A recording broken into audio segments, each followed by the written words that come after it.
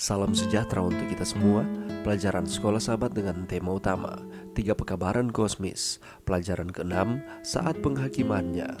Senin 1 Mei, Nubuatan 2300 petang dan pagi dan akhir zaman. Bacalah Daniel 8 ayat 17, 19 dan 26. Kapankah periode waktu ketika malaikat menyatakan bahwa penglihatan Daniel 8 dan 2300 petang dan pagi berlaku? Dan mengapa itu penting untuk dipahami? Beberapa berpendapat bahwa 2300 petang dan pagi adalah hari literal. Mereka juga percaya bahwa tanduk kecil Daniel 8 ini berlaku untuk pemimpin militer Seleukia, Antiochus Epiphanes, di tahun 2016 sebelum Masehi sampai 164 sebelum Masehi, yang menyerang Yerusalem dan mencemari bait suci Yahudi.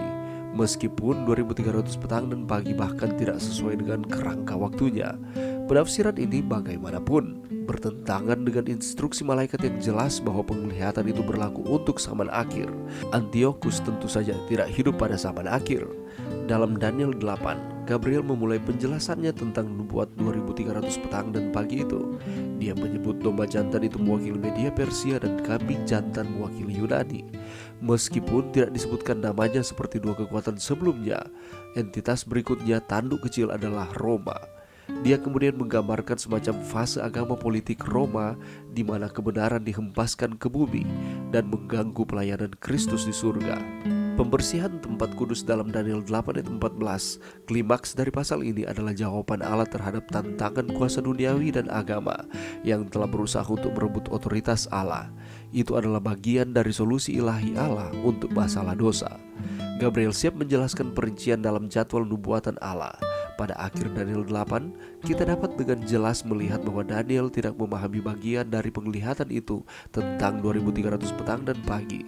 Bagian sebelumnya tentang domba jantan, kambing, dan tanduk kecil itu semuanya telah dijelaskan, bahkan dengan dua kekuasaan pertama yang langsung diidentifikasi dengan namanya. Namun, pembersihan tempat kudus itu tidak dijelaskan. Malaikat Gabriel yang menampakkan diri dalam Daniel 8 sekarang muncul dalam Daniel 9 dan berkata kepadanya, "Ketika engkau mulai menyampaikan permohonan, keluarlah suatu firman, maka aku datang untuk memberitahukan kepadamu sebab engkau sangat dikasihi. Jadi camkanlah firman itu dan perhatikanlah penglihatan itu." Penglihatan apakah itu? Seperti yang akan kita lihat besok, penglihatan dari 2300 petang dan pagi satu-satunya bagian dari penglihatan sebelumnya dalam Daniel 8 yang belum dia jelaskan kepada Daniel. Gabriel menyebut Daniel sangat dikasihi. Apa yang dikatakan hal ini kepada kita tentang hubungan intim antara langit dan bumi? Pelajaran yang bisa kita dapatkan pada saat ini. Apakah arti dari 2300 petang dan pagi? Pertama, kita harus perhatikan bahwa setelah Daniel ditunjuk melalui penglihatan tentang domba jantan dan kambing jantan, diikuti oleh tindakan dan kerusakan yang disebabkan oleh tanduk kecil, penglihatan berubah menjadi pertanyaan dalam Daniel 8 ayat 13. Pertanyaan ini terutama berkaitan dengan apa yang akan terjadi pada akhir periode nubuatan itu, bukan durasinya. Selain itu, periode seperti itu tidak dapat dibatasi hanya pada durasi tindakan tanduk kecil, karena istilah penglihatan mencakup segala sesuatu dari domba jantan hingga tindakan tanduk kecil. Jadi ini pastilah periode yang panjang dari waktu historis sesungguhnya.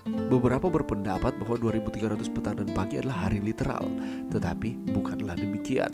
Ada yang menyatakan bahwa Antiochus Epiphanes yang menyerang Yerusalem dan mencemari bait suci Yahudi, meskipun 2300 petang dan pagi bahkan tidak sesuai dengan kerangka waktunya, dan dialah tanduk kecil. Tetapi penafsiran ini bagaimanapun bertentangan dengan instruksi malaikat yang jelas bahwa penglihatan itu berlaku untuk zaman akhir.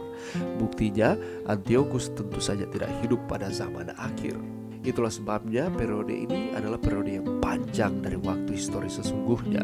Terhadap pertanyaan sampai berapa lama lagi berlaku penglihatan itu mengenai domba jantan dan kambing jantan, atau media Persia dan Yunani, bahkan tanduk kecil dan tindakannya, yakni Roma kekafiran, makhluk surgawi lainnya menjawab sampai lewat 2300 petang dan pagi, lalu tempat kudus itu akan dipulihkan dalam keadaan yang wajar.